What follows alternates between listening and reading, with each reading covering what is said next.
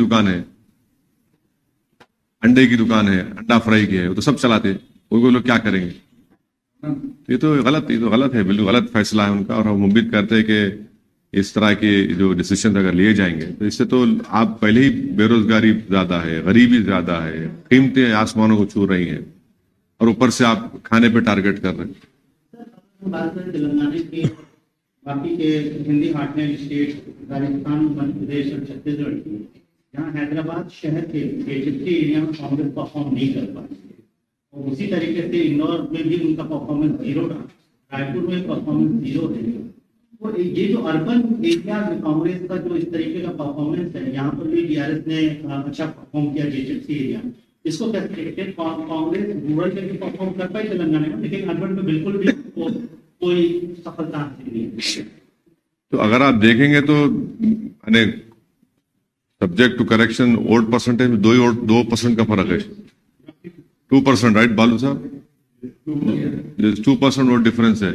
It's not a big difference, but yes, in terms of the seat, that gets bigger, but vote percentage wise only 2% difference is there. Yes, it is a fact that Congress could not win in Hyderabad Parliament, in Secunderabad, in Malkajgiri also. So yes, that is a fact, and that is also a strength of MIM and BRS also, that they could win from there. So to make it very different, urban, rural, I don't think so that is correct, because end of the day, I can also say that when you have won here, why didn't you win in Vikarabad and in Tandur or Pargi? Or why couldn't you win in Ibrahimpatnam? So every area has a different challenge. All depends on candidates, what was the mood over there. But the fact is, yes, we also played an important role in that. Our party did play an important role in that. तो इसका election सामने है sir, अगर हम Hyderabad parliament के constituency की बात करें आगे, फिर से मेरा वही सवाल है, वोटिंग परसेंटेज क्या sitting MP you and party president also you see that challenge in front of you, how to increase and how to approach the people and convince them to vote, exercise their vote, low voting percentage, very narrow margin से victories हो रही हैं, इसको कैसे देखते हैं और इसको कैसे आप कोशिश करेंगे कि इसको हम नहीं लो पोलिंग परसेंटेज के कई वजूहात हैं। एक वजह यह है कि गैर जरूरी के हर बार सेंसिटिव के नाम पर पुलिस को, पैरामिलिट्री फोर्स को आप खड़ा कर देते हैं और बैरिकेड्स लगा देते हैं, रोड्स बंद कर देते हैं आप, और आप लोगों को निकल कर जाने की तकलीफ हो जाती है उस दिन। तो वो एक वजह है। दूसरा वजह यह है कि हमारी कोई कमजोरी होंगी, हमको उसको दूर करना चाहिए। तीसरा यह है कि आवाम में भी थोड़ा इंटरेस्ट कम हो रहा है, छुट्टी मनाते उस दिन कि बाहर चले आते। तो ये अहम 3 चीजें। और चौथी चीज ये है कि पोलिंग बूथ जो है, मेरे को एक बात समझ में नहीं आ रही कि गवर्नमेंट के स्कूल्स जो है, गवर्नमेंट के स्कूल्स प्राइवेट बिल्डिंग में चल सकते हैं, तो पोलिंग बूथ प्राइवेट शादी खानों में क्यों नहीं आते भाई? कंप्लीटली मेरे को बिल्कुल ताज्जुब होता। इलेक्शन कमीशन ऑफ इंडिया को देखना चाहिए कि अगर पूरे इंडिया में गवर्नमेंट स्कूल प्राइवेट बिल्डिंग में चलते, तो आप एक दिन के लिए क्यों नहीं लेते किसी मैरिज हॉल को? आप यानी एक जगह ले रहे आप, और एक जगह पे 1100 वोट है, मैंने 2 कमरों को आप, इससे कम कमरा है और आप 2 बूथ, तो कहां पोलिंग परसेंटेज बढ़ेगा? आपके पास कई मैरिज हॉल्स है, आप लीजिए ना। ईसीआई को तो पैसा मिलता गवर्नमेंट ऑफ इंडिया से, बजट सैंक्शन होता, तो उनको चाहिए कि भाई जहां पे ऐसे मैरिज हॉल्स हैं या प्राइवेट हॉल्स हैं या बिल्डिंग्स हैं, आप एक दिन के लिए उनको लीजिए, एक दिन के लिए 4 दिन जो भी लीजिए, ताकि कम से कम लोग जाके वोट डाल सके। और आज भी हम देखें कि कई बुजुर्ग लोग नहीं डाल सके वोट, क्योंकि उनको सहूलत ही नहीं जाने की वहां पे।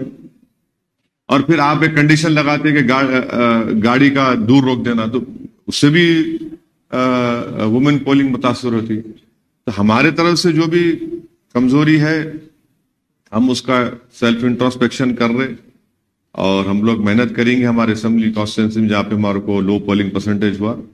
जाहिर है हमारे में कोई कमजोरी रही होगी, उसको हम बराबर दूर करेंगे, मुलाकात करेंगे अवाम से, अब तो बूथ वाइज डेटा आता है, तो हम देख रहे हैं, उस पर काम होगा और इंशाल्लाह मुझे यकीन है कि पार्लियामेंट इलेक्शन में पोलिंग परसेंटेज बढ़ेगा। 3 राज्यों में बीजेपी जीत हासिल की और ये भी कहा जा रहा है कि नरेंद्र मोदी इनविंसिबल है, करने जा रहे हैं। जिस प्रकार से उनके हौसले बुलंद हो गए और अभी ऑपोजिशन के पास चेहरा ही नहीं है, क्या आप ही समझते हैं सर कि 3 राज्यों के बाद बीजेपी काफी स्ट्रॉन्ग पोजीशन में है, ऑपोजिशन के पास मोदी का जवाब नहीं है? लाइटर वेन में मैं भी इनविजिबल था वहां पे, अभी बीजेपी जीत गई। मैं तो था ही नहीं वहां पे, तब भी बीजेपी जीत गई। हम लोग राजस्थान में 10 सीट लड़े तो और 4 सीट मध्य प्रदेश में लड़े, छत्तीसगढ़ में तो हम थे ही नहीं, तब भी बीजेपी जीत गई। अब नहीं मालूम अब किसको ब्लेम करेंगे ये लोग, अब किसको ब्लेम करेंगे नहीं मालूम, सोचना पड़ेगा इन लोगों को। मगर बीजेपी जीती वहां पर, यानी मध्य प्रदेश में जो मेजॉरिटी बीजेपी लेकर आई फॉर्मिडेबल है वो, मैंने बड़ी बड़ी मेजॉरिटी है वो। इतने सीट के 140 कुछ के ऊपर लेके है ना, 160। आप बताइए, आप छत्तीसगढ़ में सिटिंग सीएम आपका है और इतना वो लोग वो थे वहां पे, आप राजस्थान में।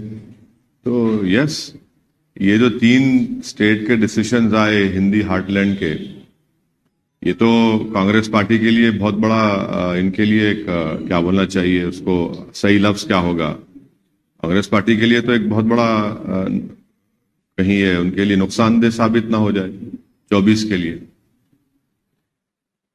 क्योंकि 65 लोकसभा की सीट है उसमें, 65 लोकसभा की सीट है छत्तीसगढ़ में, मध्य प्रदेश राजस्थान 65 में से मेरे ख्याल से लास्ट टाइम एक कमलनाथ साहब के बेटे जीते थे। राजस्थान तो कंप्लीट वाइप आउट था और छत्तीसगढ़ में शायद 1 या 2 जीते थे। मैंने बीजेपी 63 सीट जीती थी वहां पे लास्ट टाइम। तो यकीनन इनको ये तो कांग्रेस पार्टी को बहुत बड़ा धक्का है ये।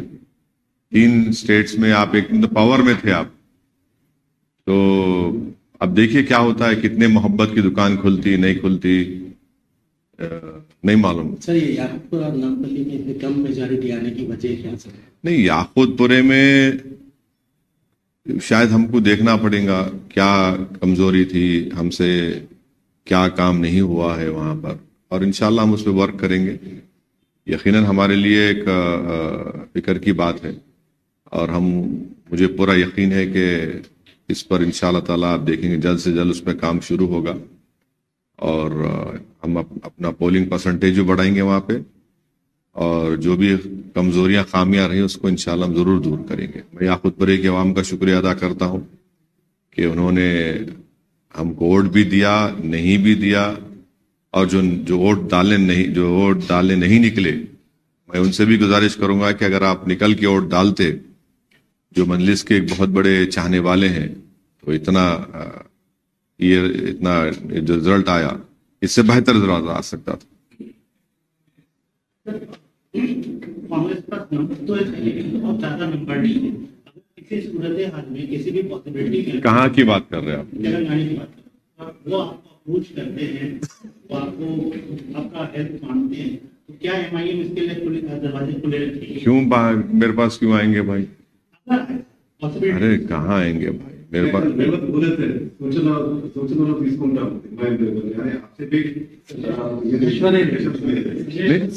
एज एन इफेक्टिव अपोजिशन तो एमआईएम पार्टी के एमएलए अपना रोल निभाएंगे। हम भी चाहेंगे कि तेलंगाना में अमन रहे, प्रोग्रेस रहे, प्रॉस्पेरिटी रहे, यहाँ पर किसी किस्म की तकलीफ ना हो किसी को भी, सेक्शन ऑफ सोसाइटी को। ये तो हमारा हमेशा का ताउन रहा है, ताउन रहेगा। अब आपका स्पेसिफिक सवाल का जवाब मेरे पास नहीं है, क्या होगा नहीं मालूम मेरे को, मगर हम तो अपनी लड़ाई लड़ते आए। मैं शुरू से कह रहा हूं आपको कि हम लोग जीतेंगे, कुछ भी कर लो आप, नहीं होने वाला है यहाँ पर। ठीक है, पोलिंग परसेंटेज कम हुआ थोड़ा, आखिर राउंड्स तक गया याकूतपुरे में, मगर हम तो अपनी ताकत अल्हम्दुलिल्लाह अल्लाह करम में रिटेन कर सके उसको। दो दे आर कांग्रेस लीडर, दोनों कांग्रेस के लीडर, कौन लगता है आपको बेहतर सीएम कैंडिडेट हो सकता है आपकी नजर में, आपके एक्सपीरियंस के अंदाज में? 2 लोगों का नाम चर्चा में, रेवंत या भट्टी, ललित चेहरा या रेड्डी चेहरा? नहीं, मेरे को लगता है कि अकबरुद्दीन ओवैसी, अहमद वलाला, माजिद हुसैन, ये बहुत काबिल हैं ये लोग। आप क्यों अंडर एस्टिमेट कर रहे हैं?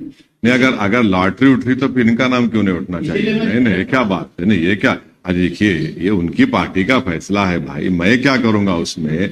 वो अब काबिलियत की बात आप कर रहे हैं, तो काबिल हमारे अकबर नहीं है क्या? बलाला नहीं है क्या? माजिद हुसैन नहीं है क्या? भाई 3 साल का मेयर, 2 मरतबा कॉरपोरेटर, जुल्फिकार मेयर थे। काबिलियत की बात करें तो आप, काबिलियत में हम पीछे नहीं है। इसीलिए मेरा सवाल, पहला सवाल मैं जाऊंगा सर, मेरा सवाल ये था कि अगर उन्होंने आपको अप्रोच किया तो क्या रूलिंग पार्टी के साथ for people's welfare you will work together? नहीं, अब अप्रोच करेंगे नहीं करेंगे, अब आपको कोई बोले हैं तो मेरे को नहीं मालूम, मुझे को तो नहीं बोले। माइनॉरिटी का चेहरा उनके पास अभी फिलहाल नहीं दिख रहा है, तो अगर आपको अप्रोच करते हैं तो क्या करने के लिए? आपको दिख रहा है माइनॉरिटी का चेहरा हूं मैं इंडिया का चेहरा हूं, मैं भारत हूं। आप गैर जरूरी मेरे खानों में बांट रहे हैं हमारे को, आप मत बांटिए खानों में। Sir, yesterday Muslim representation India has become stronger in North India and Central India, and the Congress Party has become stronger, and India Alliance Congress Party has become stronger in the southern state. So, in the coming elections, will it be a north versus south battle in the parliament? No. Don't ever do that. This is what BJP wants. And it is wrong to say that Congress is strong in South. You see, there is only 2% vote difference in Telangana. And in Karnataka, we don't know what will be the result when parliament elections take place. Thirdly, in Tamil Nadu, it is the AIADMK and the DMK who are in power, not Congress party. In Kerala, it is the UDF and the LDF over there. So I don't think so that is the right comparison to make. And then this north and south. Yes, BJP has won 3 elections in the Hindi heartland, and these are big victories for BJP. Defeating a Congress party in Chhattisgarh and retaining Madhya Pradesh state. And of course Rajasthan, they have every 5 years the government changes. It is a challenge for all of us come 2024, and it is a bigger challenge for the parties who are there in that IND alliance. Sir, ये 4 states में 636 MLAs में ruling party का एक भी मुस्लिम MLA नहीं है। मुस्लिम representation ruling party से मुराद कौन? बीजेपी और कांग्रेस।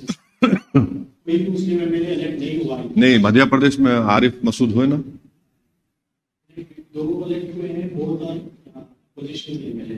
नहीं, अच्छा, रूलिंग पार्टी वो तो बीजेपी है। बीजेपी टिकट देती भी नहीं ना। बीजेपी तो टिकट, देखिए बीजेपी का क्लियर कट है, वो मुस्लिम माइनॉरिटी को इंडियन पॉलिटिक्स से इनविजिबलाइज कर चुके हैं। एक मिनट ठहरिए भाई, बात मत करिए, एक मिनट ठहरो भाई। तो वो लोग इनविजिबलाइज कर चुके हैं, पूरा कोई है ही नहीं। तो बीजेपी का, उनके पास एक मुस्लिम एमपी नहीं है, मुस्लिम मिनिस्टर नहीं है यूनियन गवर्नमेंट में। तो बीजेपी का क्लियर कट आइडिया है। अब दूसरे पार्टीज जो है, अब वो भी तो वैसे फॉलो कर रहे हैं, ना। वो भी तो सॉफ्ट हिंदुत्व बोलिए, हार्ड हिंदुत्व बोलिए। अब कमलनाथ साहब का मध्य प्रदेश स्टेटमेंट था कि राजीव गांधी ने बाबरी मस्जिद के ताले खोले। अब आपके ही घर को लॉक पड़ गया, मध्य प्रदेश में आपके ही घर को लॉक पड़ गया। अब इनको सोचना चाहिए। ये छत्तीसगढ़ में आप बड़े बड़े धर्म संसद कराए, आप कराइए बाप। ये चीजें हैं, ये देखना पड़ेगा। तो ये तो है। विंटर सेशन चल रहा है सर पार्लियामेंट का। प्राइम मिनिस्टर ने आज एड्रेस किया मीडिया को, उन्होंने अपील की ऑपोजिशन से कि वो जो 3 राज्यों का हाथ है, जिनमें इशारा कांग्रेस की तरफ, गुस्सा पार्लियामेंट के अंदर नहीं था। हम प्रधानमंत्री से ये और बीजेपी से ही बोलेंगे कि पार्लियामेंट में हम जो बहस करना चाह रहे हैं उसको अलाउ करिए। आप दिल बड़ा करिए। आप सिर्फ अपना गवर्नमेंट का अपना गवर्नमेंट का एजेंडा लेके मत चलाइए प्लीज। सिर्फ आप अपना एजेंडा लाके करा लेंगे तो अपोजिशन क्या करेंगे? आप डिबेट्स में तो होनी चाहिए। सरकार को हम क्रिटिसाइज करें इश्यूज में ऐसे कई। चाइना पे प्रधानमंत्री क्यों नहीं डिबेट कराते पार्लियामेंट में? क्यों डरते प्रधानमंत्री और उनकी सरकार चाइना से? डिबेट करवाइए ना। कोई 2000 स्क्वायर किलोमीटर में चाइना कब्जा करके बैठा है। हम चाहेंगे डिबेट हो गाजा में, गाजा के ऊपर जो इजराइल जुल्म कर रहा है। 12,000 लोगों को इजराइल खत्म कर चुका है फलस्तीनों से हमारा पुराना रिश्ता रहा। ये डिबेट होना चाहिए पार्लियामेंट में गाजा के बारे में, चाइना जो जमीन पर कब्जा करके बैठा है। और क्या मुद्दे आपको लगता है विंटर सेशन में हो सकते हैं? बहुत से मुद्दे हैं भाई, अभी तो चुनाव से हम निकले हैं, तो एक महीना तो यही इसी में थे। बहुत से ज़ाहिर है हमारे वतन अजीज में बहुत से अवामी मसाइल हैं जिस पर बहस होनी चाहिए, और लोग पार्लियामेंट तरफ देखते हैं कि भाई क्या ये मेरी तकलीफ को बयान कर रहे हैं, क्या हुकूमत मेरी तकलीफ को समझ रही है। और सब हो गया बस पूछने 1 to 1 नहीं, 1 to 1 नहीं, पूछ लो आप। रास्ते का कुछ पूछना है आपको भाई साहब? पूछना है पूछ लो भाई, 1 to 1 मत करिए भाई। मेरे पास टाइम नहीं है, मेरे को मीटिंग में जाना, मेरी फ्लाइट है दिल्ली के लिए जाना है मेरे को।